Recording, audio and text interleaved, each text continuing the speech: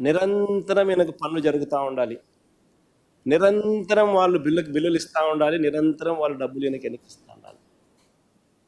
ఇది నిరంతరం జరుగుతూ ఉండాలి. హైదరాబాద్లో ఈ మధ్యకాలంలో కేసీఆర్ కట్టాడు 8,58,000 SFTలు.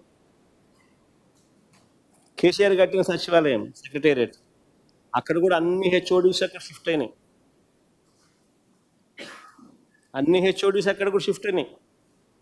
8,58,000 SFT, 616 కోట్ల రూపాయలతో కేసీఆర్ ఈ మధ్యకాలంలోనే అడగట్టాడు.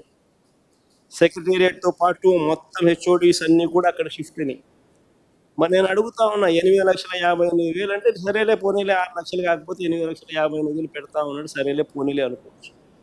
కానీ 53,57,000 SFT ఏంది స్వామి?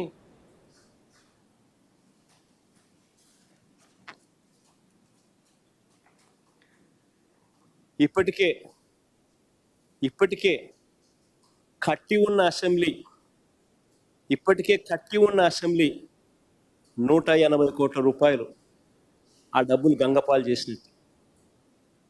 ఇప్పటికే కట్టి ఉన్న సచివాలయం, కట్టి ఉన్న సెక్రటేరియట్ 173 కోట్లు ఆ డబ్బులు గంగపాలు చేసినట్టే. ఇప్పటికే కట్టి ఉన్న హైకోర్టు 173 కోట్లు గంగపాలు చేసినట్టే. ఇప్పటికే కట్టి ఉన్న అసెంబ్లీ 180 కోట్ల రూపాయలు గంగపాలు చేసినట్టే. ఇప్పటికే కట్టి ఉన్న సెక్రటేరియట్ మరో 300 కోట్లు, మొత్తంగా 600 కోట్లు గంగపాలు చేసినట్టు. మరి నీకు కొత్త బిల్డింగులు కట్టాలన్న ఆలోచన నీకు ఉన్నప్పుడు ఎందుకు మళ్ళీ 600 కోట్ల రూపాయలు ఎందుకు ఖర్చు చేసి, ఎందుకు డబ్బులు వేస్ట్ చేసినావు?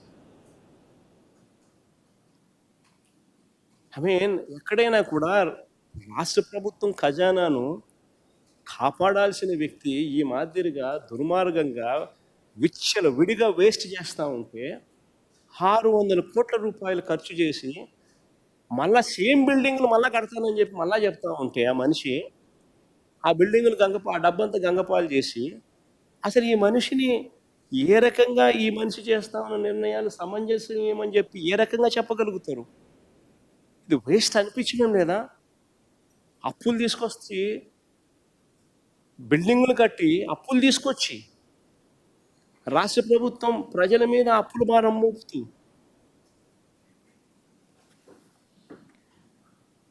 ఆశ్చర్యం కలిగించే విషయం నిజంగా. అందులో స్క్వేర్ ఫీట్ ఎంత? 8,900. ఆయన కడతా ఉన్న ఐకానిక్ బిల్డింగులు ఆ 53,57,000 SFT 4,660 కోట్ల రూపాయలు.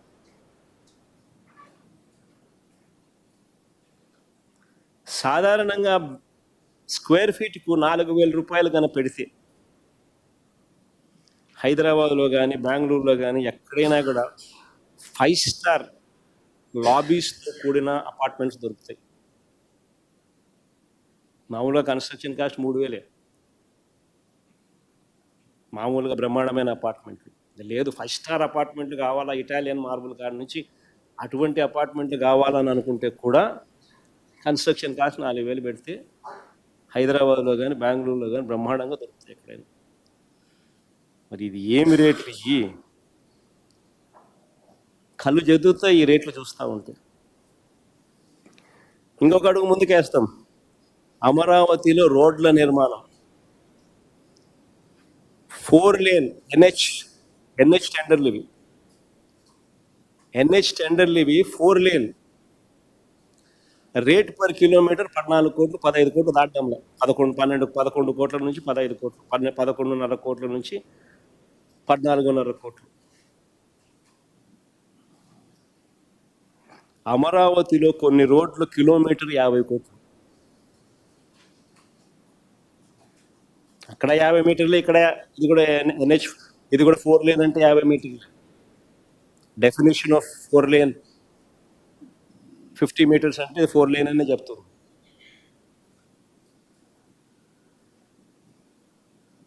50 కోట్ల రూపాయలు కొన్ని రోడ్లు అక్కడ దాటుతా ఉన్నాయి ఖర్చు.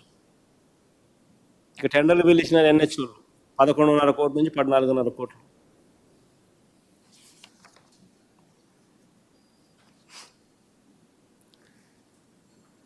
ఇదే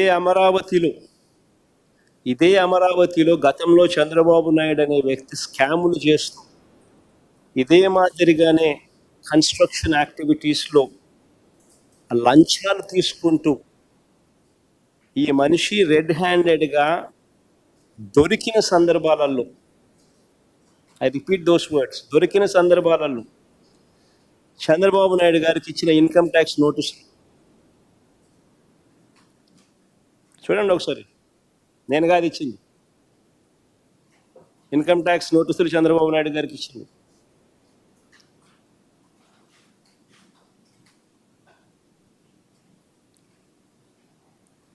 delivery of cash to Shri Nara Chandrababu Naidu, income tax నోటీసులు అది.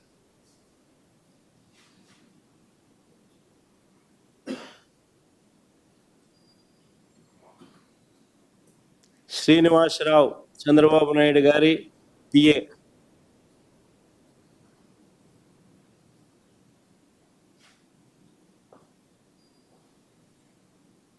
కన్ఫెషన్ స్టేట్మెంట్లు,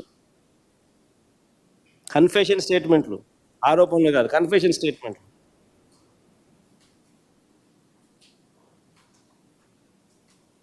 చంద్రబాబు నాయుడు గారికి ఐటీ నోటీసులు ఇచ్చింది, దాని మీద కేసు ఎదుర్కొంటా ఉన్నాడు ఇదే అమరావతిలో. అయినా ఏమాత్రం కూడా జంకు లేదు, బొంకు లేదు. ఇదే కొనసాగింపు, మళ్ళీ ఇదే మాదిరిగా మళ్ళీ యథేచ్ఛగా జరుగుతూ ఉన్నాయి.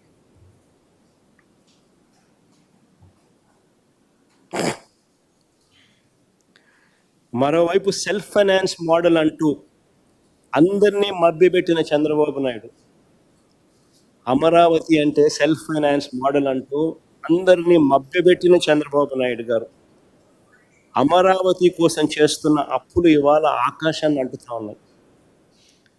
ప్రపంచ బ్యాంక్ ఏడీబీ నుంచి 15,000 కోట్లు, హడ్కో నుంచి 11,000 కోట్లు, కేఎఫ్డబ్ల్యూ జర్మనీ బ్యాంక్ నుంచి 5,000 కోట్లు, సిఆర్డిఏ బాండ్ల నుంచి 21,000 కోట్లు, ఇలా ప్రస్తుతానికి 52,000 కోట్ల రూపాయలు అప్పు చేస్తా ఉన్నాడు. ఇవి కాక ఈ ఆర్థిక సంవత్సరం బడ్జెట్ నుంచి మరో 6,000 కోట్ల రూపాయలు కేటాయించారు.